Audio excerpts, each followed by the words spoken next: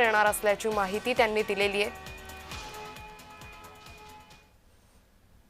देवयानी फरांदेंचा मुलगा अजिंक्य फरांदेंना उमेदवारी आहे। आमदार देवयानी फरांदे सहकुटुंब उपस्थित आहे।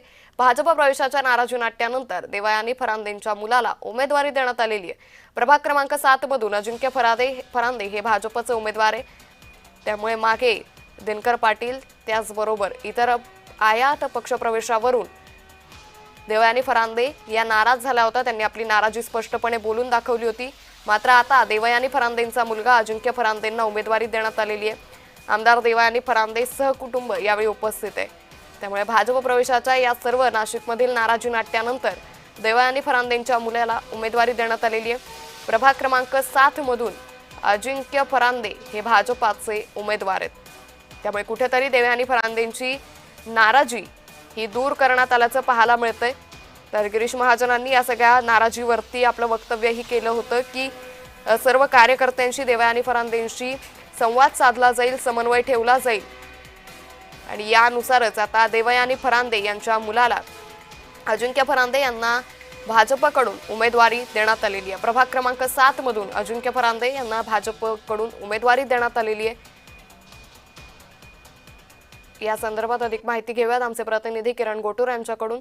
किरण, देवयानी फरांदेंची कुठेतरी नाराजी दूर झाल्याचं दिसून येतंय, कारण फरांदेंच्या मुलाला अजिंक्य फरांदेंना भाजपकडून उमेदवारी देण्यात आली आहे। काय अधिक माहिती? अंकिता, एक महत्वाची ही बातमी म्हणावी लागेल, कारण मागच्या काही दिवसांपूर्वी देवयानी फरांदे यांनी भाजपमध्ये जे प्रवेश झालेले होते या सगळ्या मुद्द्यावरती नाराजी व्यक्त केलेली होती आणि त्यानंतर आज त्यांनी आपला मुलाचा जो आहे तो अर्ज दाखल केलेला आहे। अजिंक्य फरांदे हे जे आहे ते नगरसेवक पदासाठी निवडणूक लढण्यासाठी इच्छुक होते आणि त्यांची उमेदवारी आज दाखल करण्यात आलेली आहे। आमदार देवयानी फरांदे यांनी सहकुटुंब ही जी आहे ती उमेदवारी दाखल केलेली आहे। नाशिकच्या पश्चिम भागात असलेल्या महानगरपालिकेच्या विभागीय कार्यालयामध्ये ही संपूर्णपणे उमेदवारी अर्ज दाखल केलेली आहे। त्यामुळे आगामी काळात या सगळ्या संदर्भात देवयानी फरांदे जे नाराज होते त्यांची नाराजी दूर झालेली आहे का, किंवा अजून काही त्यांच्याशी चर्चा जी आहे वरिष्ठ एकूणच पातळीवर केला जातो हे बघणं महत्त्वाचं असणार आहे। निश्चित। धन्यवाद किरण, आपण दिलेल्या सविस्तर माहितीसाठी। तू पैसे घेतले तर मतदानाला का आला नाहीस? मतदानाला यायचं नव्हतं तर पैसे का घेतले? भाजपच्या नगरसेविकेनं मतदाराला भर रस्त्यात हा जाब विचारला।